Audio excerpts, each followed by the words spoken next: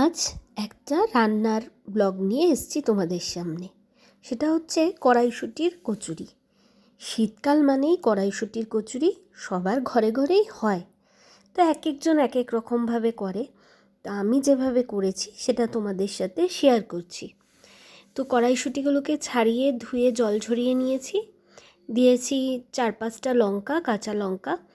ঝালটা যে যেরকম খাবে সেই অনুপাতে লঙ্কা দেবে। দিয়েছি পরিমাণ মতো নুন, একটু হলুদ, আর একটু অল্প পরিমাণের 2 কোয়ার মতো রসুন, আর 1/2 ইঞ্চির মতো আদা পেস্ট করে নিয়েছিলাম সেটা, আর একটু চিনি দিয়ে একটা স্মুথ পেস্ট আমি করে নেব। পেস্টটা করার সময় অল্প জল দিয়েছি বলে এটা কড়াইয়ে একটু আমি টানিয়ে নেব, তাহলে এই যে নরম নরম ব্যাপারটা আছে সেটা একটু ড্রাই হয়ে যাবে। মানে একটু ড্রাই করলে পুরটা চট করে বেরিয়ে যাবে না কচুরিগুলোর থেকে। তো ফ্রাইং প্যানে আমি অল্প পরিমাণে সাদা তেল দিয়েছি।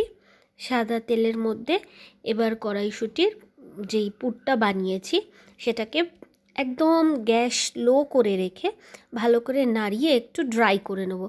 মানে জল জল, যেহেতু একটু জল দিয়ে পেস্ট করেছি যাতে স্মুথ পেস্টটা হয়, তো তাই জন্য এটা কড়াইয়ে আমার একটু টানিয়ে নিতে হবে।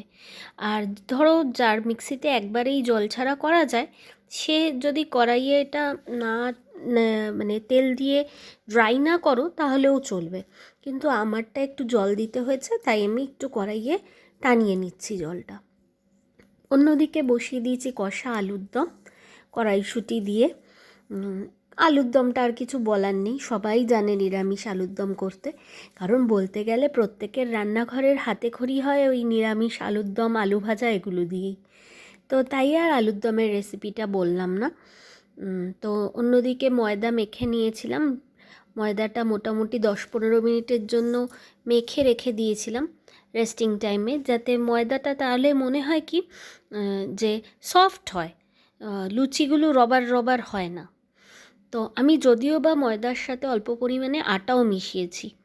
আটা মিশিয়েছি এই কারণে, তো ময়দার হয়ে করলে শুধু একটু স্টিকি ভাবটা বেশি লাগে, তো একটু অল্প পরিমাণে আটা বানিয়ে দিয়েছি।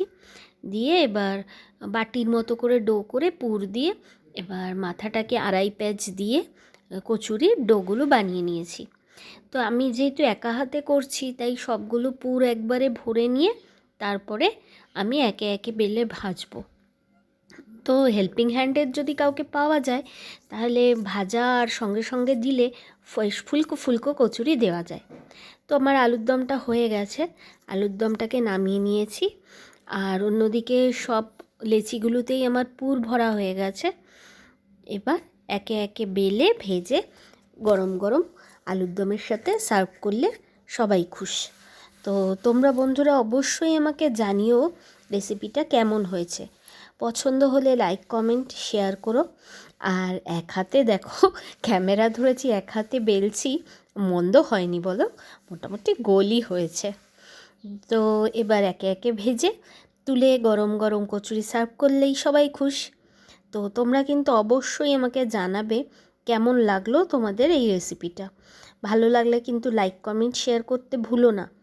তাহলে আর অন্য কিছুর কচুরি মানে আমি ইচ্ছা আছে আমি ওটা আপলোড করব, একটা খাস্তা কচুরি, সেটা এখনও আপলোড করা হয়নি, এডিটিং হয়নি, হলে পরে তোমাদের সাথে অবশ্যই শেয়ার করব। আর আজকে কড়াইশুঁটির কচুরিটা কেমন লাগলো সেটা জানাতে কিন্তু কেউ একদম ভুলবে না। আর সবাইকে শুভ দুপুরের শুভেচ্ছা।